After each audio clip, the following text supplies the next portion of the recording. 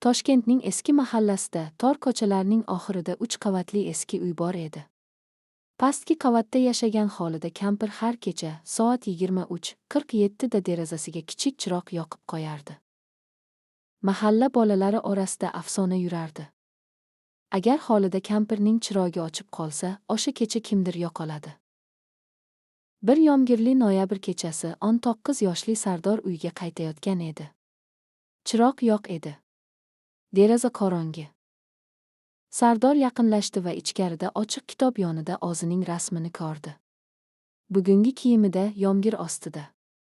Orqasida chiroq yonib turardi. Ikki qism kulminatsiya va oxiri.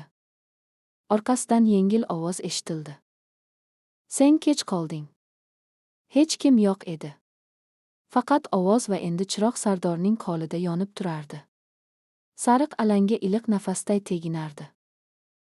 Endi sen uni o'chirasanmi yoki yoqib qoldirasanmi? Sardor chiroqni pufladi. Alanga ochdi, lekin qorong'ilik kelgan yo'q. Hamma joy yorug' bo'lib ketdi. U tushundi, chiroq hech qachon ochmaydi. Faqat uni kim ushlab turganini o'zgartiradi.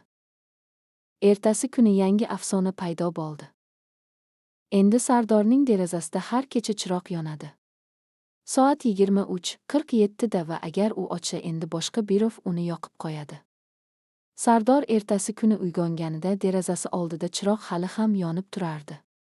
Sariq alanga o'zgarmagan, faqat endi uning ichida kichik soyalar o'ynab turardi, go'yo ichida kimdir yashayotgandek. Mahalla odamlari o'zgarishni sezib qolishdi. Kimdir Sardorga yaqinlashib, "Kampirning chirog'i endi senda, bu yaxshilikmi yoki la'natmi?" deb so'radi. Sardor javob bermadi. U faqat chiroqqa qaradi va o'yladi, bu chiroq nima uchun yoqiladi? Kim uni birinchi yoqib qo'ygan?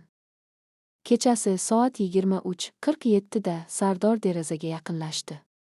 Chiroq birdan titrab, ichidan ovoz chiqdi, Xolida kampirning ovozi, ammo endi yumshoqroq, qari emas.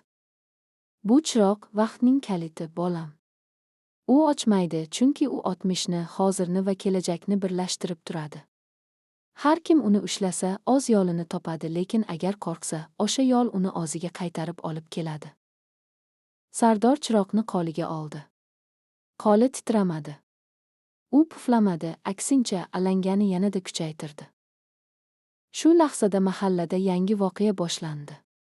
Bir bola, Sardorning ukasi, yo'qolib qoldi. Ammo ertalab u qaytib keldi, qo'lida bitta eski rasm bilan. Unda Sardor va Xolida kampir yonma-yon turibdi, chiroq esa ularning orasida yonib turardi.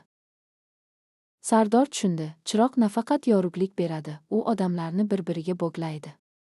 Yo'qolganlar qaytadi, lekin yangi sirlar paydo bo'ladi.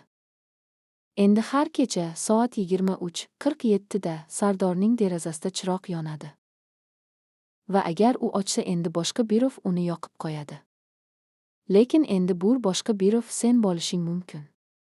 Chunki chiroq faqat qo'rqmagan qo'llarda yonib turadi.